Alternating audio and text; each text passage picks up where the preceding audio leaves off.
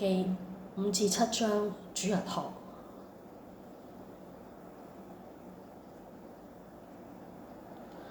我哋代表觀塘國語浸信會全體為緬甸同埋泰國地震災區嘅人禱告，求主使用拯救隊伍喺各方面幫助緊急救援同埋災後重建工作。官方報導緬甸地震死亡人數達1700人。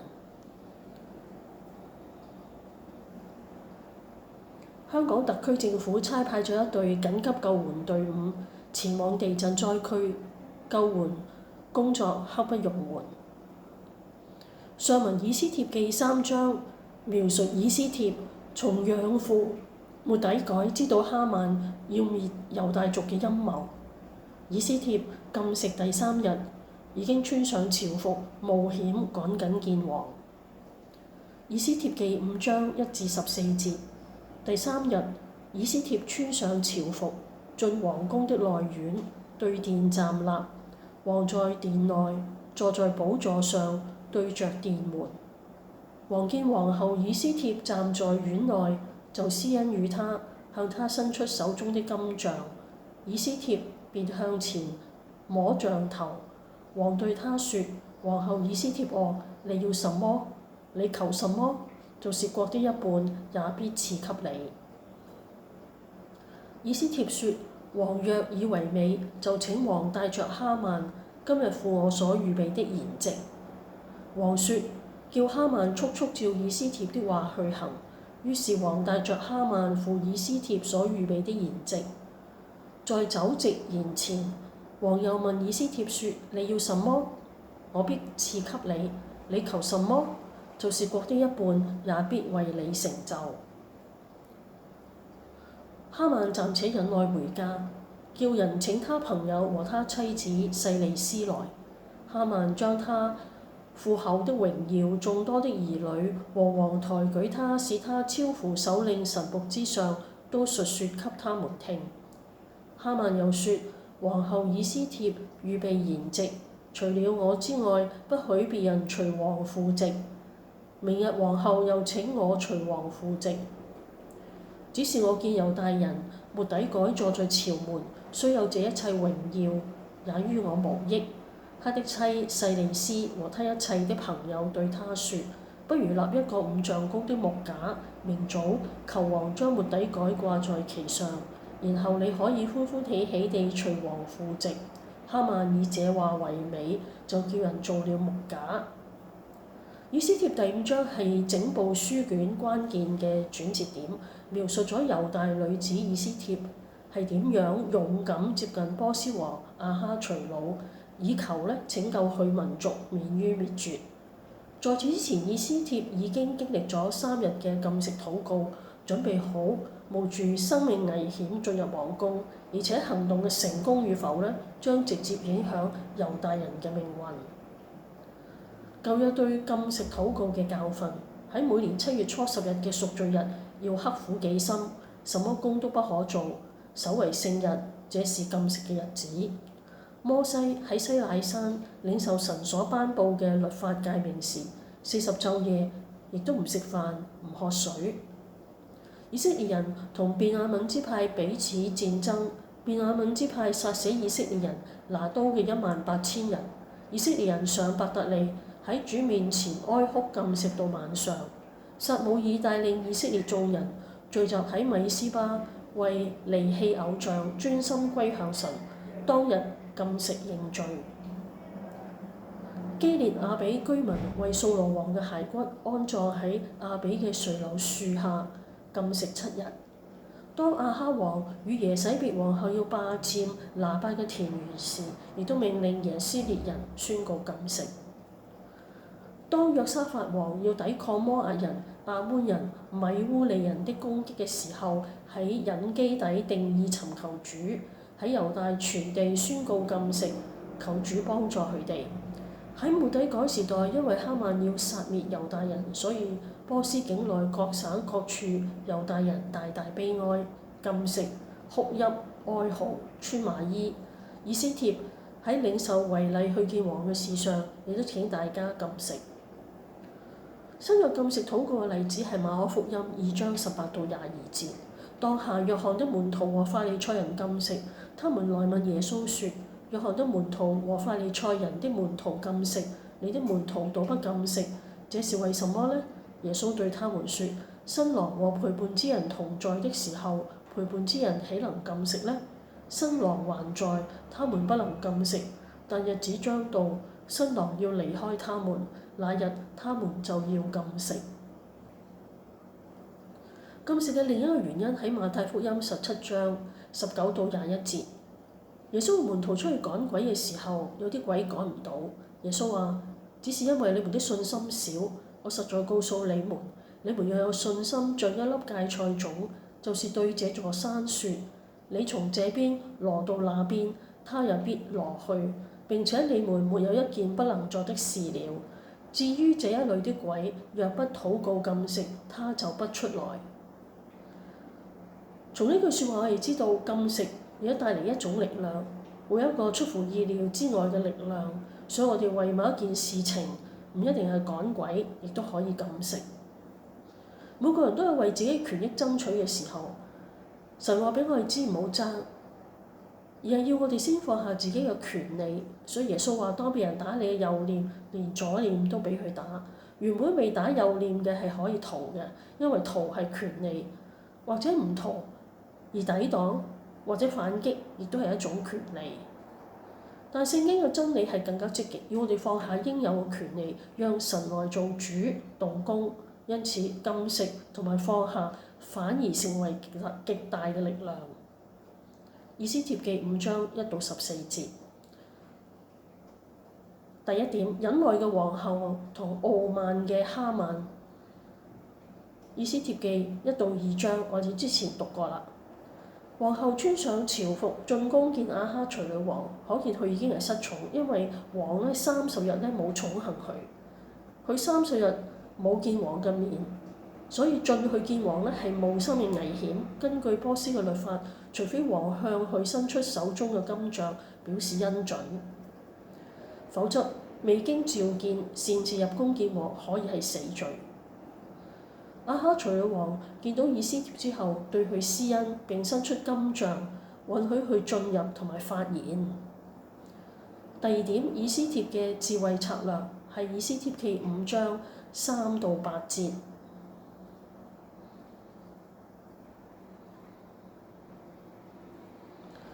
皇后以斯帖話：你要什麼？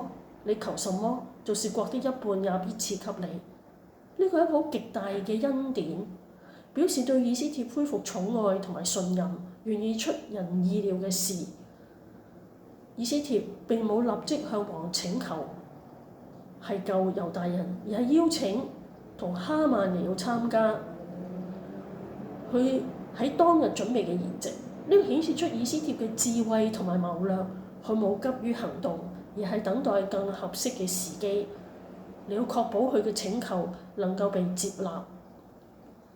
喺筵席上，王再次詢問以斯帖佢嘅請求，但佢仍然冇立即講出嚟，而係請王同埋哈曼第日再嚟參加另一場筵席。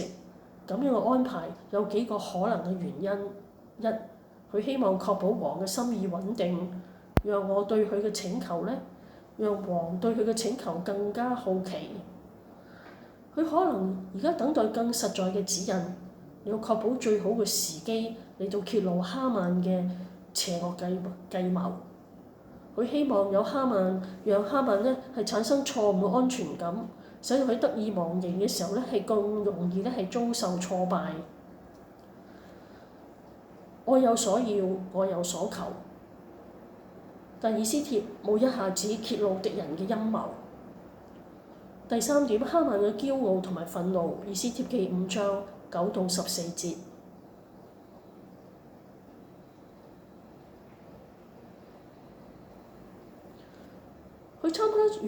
哈曼參加完以斯帖嘅筵席之後，內心好高興，因為佢覺得自己受到皇后同王嘅特別尊榮。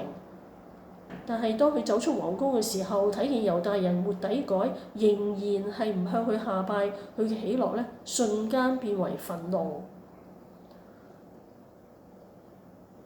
返屋企嘅時候，哈曼向妻子細利斯同埋朋友誇耀自己嘅榮耀同埋權勢，如果提到皇后只係邀請佢一同赴宴，咁樣佢更加自豪。然而佢亦都流露出對末底改嘅不滿，認為只要末底改仍然活着咧，乜嘢榮耀都無法讓到佢滿足。佢妻子同朋友建議佢留一個50肘高嘅木架，請王將末底改掛喺上面，咁樣佢就可以安心咁參加第二日嘅筵席。哈曼聽從咗呢個建議，而且立即下令建造刑架。喺呢一章結束喺一個懸念之中，佢哋計劃害死末底改，但以斯帖就準備咗第二日筵席上面嚟到揭露哈曼嘅陰謀，兩條線索交織喺一齊，為咗接落嚟嘅戲劇性轉折鋪咗緊張嘅氛圍。以斯帖記6章1至14節。以斯帖記6章1至14節。那夜王睡不着覺，就吩咐人取歷史來念給他聽。正遇見書上寫着說，王的太監中有2個守門的，薛探和提列，想要下手害亞哈隨魯王。末底改將這事告訴王後。王說：末底改行了這事，賜他什麼尊榮爵位沒有？事後王的臣僕回答說：沒有賜他什麼。王說：誰在園子裏？那時哈曼正進王宮的外院，要求王將末底改掛在他所預備的木架上。臣僕說：哈曼站在園內。王說：叫他進來。哈曼就進去。王問他說：王所喜悅尊榮的人，當如何待他呢？哈曼心裏想：王所喜悅尊榮的不是我是誰呢？哈曼就回答說：王所喜悅尊榮的，當將王常穿的朝服和大官的御馬都交給王極尊貴的一個大臣，命他將衣服給王所喜悅尊榮的人穿上，使他騎上馬，走遍城裏的街市，在他面前宣告說：王所喜悅尊榮的人就如此待他。王對哈曼說：你速速將這衣服和馬照你所說的，向坐在朝門的猶大人末底改去行，凡你所說的一樣不可缺。於是哈曼將朝服給末底改穿上，使他騎上馬，走遍城裏的街市，在他面前宣告說：王所喜悅尊榮的人就如此待他。末底改仍回到朝門，哈曼卻憂憂悶悶地蒙着頭，急忙回家去了。將所遇的一切事詳細說給他的妻細利斯和他的眾朋友聽。他的智慧人和他的妻細利斯對他說：你在末底改面前恥而敗落。他如果是猶大人，你必不能勝他，終必在他面前敗落。他們還與哈曼說話的時候，王的太監來催哈曼快去赴以斯帖所預備的筵席。以斯帖第6章係整本聖經亦都係關鍵嘅轉折點，直接影響咗猶太人或者猶大人同哈曼嘅命運。惡人哈曼見末底改冇向佢下拜，懷恨在心，唔單止計劃要滅絕所有猶大人，仲特意為末底改做咗一個50肘高嘅刑架，準備第二日係請求王將末底改係處死。但係喺神嘅手係暗中嘅運行，透過一個睇嚟係偶然嘅事件，徹底扭轉咗局勢。王嘅失眠同歷史記錄嘅閲讀。以斯帖記6章1到3，呢一章開始睇到一個睇嚟好普通又好關鍵性嘅事件，就係王嘅夜間失眠。亞哈隨魯王冇辦法入睡，於是吩咐人攞咗歷史記錄，就係歷史書或者年鑑喺佢面前誦讀。呢件事表面上睇嚟偶然，但卻係神特意安排，因為正係神用嚟改變局勢嘅關鍵時刻。當歷史記錄被誦讀嘅時候，正好讀到猶大人末底改曾揭發2名太監密謀刺殺王嘅事件。王聽咗之後就問：末底改得到乜嘢尊榮同埋賞賜冇呢？臣僕回答說：沒有賞賜他。呢件係極不尋常嘅事，因為喺波斯文化當中，對忠誠者嘅賞賜係好重要。突然想起呢件事，顯示神正喺王嘅心動工，為末底改帶嚟尊榮，亦都為哈曼嘅羞辱鋪路。二、哈曼嘅驕傲同錯誤嘅期待。以斯帖記6章4到6。呢個時候，哈曼懷住極大嘅自信嚟到皇宮，準備請求王將末底改處死。佢可能認為自己係王心目中嘅紅人，因此王一定會答應佢嘅要求。但係神嘅安排呢，佢係帶出意外。當哈曼進皇宮嘅時候，王正想尋找一個人嚟到建議點樣尊榮末底改，於是就問佢：王所喜悅尊榮的人，當如何待他？哈曼貪婪咁以為王所講嘅尊榮嘅人就係自己，於是好興奮嘅提出一個極為尊貴嘅待遇，包括一、穿上王嘅朝服，象徵王嘅榮耀同埋權威；二、騎上王嘅御馬，顯示同王同等嘅尊貴身份；三、做王嘅引導，讓眾人睇到呢個人尊榮，有公開宣告王所喜悅尊榮嘅人就當如此待他。三、哈曼為末底改安排榮耀。以斯帖記6章7到11。王聽咗哈曼嘅建議，立即下令速速去照你所講，向猶大人末底改施行。呢句説話就好似晴天霹靂，讓哈曼大為震驚。佢原本期望嘅係將末底改處死，結果咧係變成安排最高嘅尊榮。最諷刺嘅係佢必須親自執行，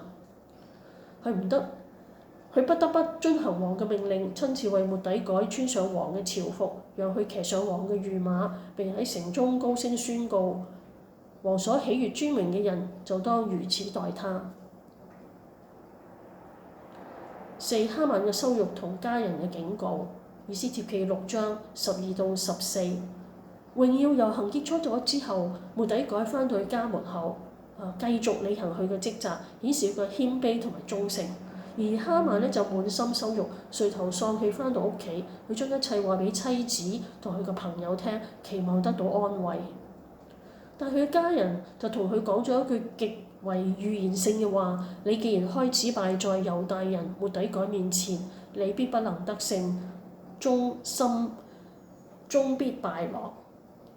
呢句説話顯示出神嘅公義正係顯明，哈曼嘅毀滅已經無法避免。就喺佢仲未嚟得及反應嘅時候，王嘅太監已經嚟催促去參加以斯帖所賜嘅第二次筵席。呢一場筵席將成為佢滅亡嘅關鍵時刻。以斯帖記7章1至10節。王帶着哈曼來赴皇后以斯帖的筵席。這第二次在酒席筵前，王又問以斯帖說：皇后以斯帖啊，你要什麼？我必賜給你。你求什麼？就是國的一半，也必為你成就。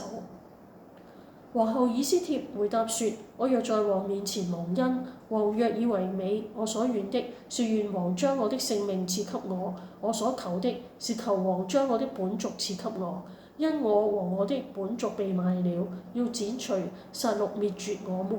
我們若被賣為奴為婢，我也閉口不言。但王的損失，敵人萬不能補足。亞哈隨魯王問皇后以斯帖說：擅敢起意如此行的是誰？這人在哪裏呢？以斯帖說：仇人敵人就是這惡人哈曼。哈曼在王和王面前就甚驚惶，王便大怒，起來離開酒席，往御園去了。哈曼見王定意要加罪於他，就起來求皇后以斯帖救命。王從御園回到酒席之處，見哈曼伏在以斯帖所靠的塔上。王說：他竟敢在宮內在我面前凌辱皇后嗎？這話一出王口，人就蒙了哈曼的臉。事後王的一個太監名叫哈波拿，說：哈曼為那救王有功的末底改做了5丈高的木架，現今立在哈曼家裏。王說：把哈曼掛在其上。於是人將哈曼掛在他為末底改所預備的木架上。王的憤怒這才止息。以斯帖記第7章係以斯帖記當中極為關鍵嘅一章，描述咗以斯帖點樣勇敢揭露哈曼嘅陰謀，成功解救咗猶大民族於生死存亡之際。以斯帖記第7章嘅主題分析：神嘅掌權同人嘅合作，顯示咗神喺歷史當中嘅掌權，尤其係喺猶大民族滅族嘅危機嘅時候，神透過以斯帖同末底改嘅智慧勇氣，使猶太人呢係得以存活。正義嘅彰顯，哈曼嘅結局係一個強烈嘅正義象徵。佢為末底改設置嘅木架，最終成為自己嘅刑具，顯示咗惡人最終會自食其果嘅命運。三、以斯帖嘅勇氣，以斯帖嘅行動表明咗佢嘅智慧同埋勇氣。作為一名猶大人，佢冒住生命危險嚟到係去拯救民族。第四，反諷同埋命運嘅逆轉，惡人希望消滅猶大人並處死末底改，結果佢哋自己卻成為咗受害者。呢種命運嘅逆轉唔單止令人深思，亦都彰顯咗神喺歷史中嘅作為。討論問題同埋答案。以斯帖喺王面前揭露哈曼嘅時機點解重要呢？以斯帖選擇咗喺第二次筵席上揭露哈曼嘅陰謀，顯示佢嘅智慧同埋耐心。佢冇喺第一時間將事情公開，而係等待最佳時機。當王心情愉悅且對佢嘅信任達到最高點嘅時候，先提出請求。呢個策略使個話語更具說服力，增加咗成功嘅可能性。問題二，佢哋嘅命運點樣體現惡人自食其果嘅主題呢？哈曼為末底改準備咗高達50肘嘅木架，企圖將佢處死，卻最終自己掛咗喺木架上。呢個係典型惡有惡報嘅例子。三、亞哈隨魯王喺本章中嘅角色有咩啟示呢？亞哈隨魯王作為一國之君，顯示出佢嘅感性同埋正義。佢喺得知以斯帖嘅困境同哈曼嘅陰謀之後，立即採取行動，顯示咗佢對以斯帖嘅愛護同埋正義嘅堅持。然而佢對哈曼嘅信任，亦都提醒我哋領袖需要謹慎選擇身邊輔助嘅人。以斯帖第7章點樣影響整個故事嘅發展呢？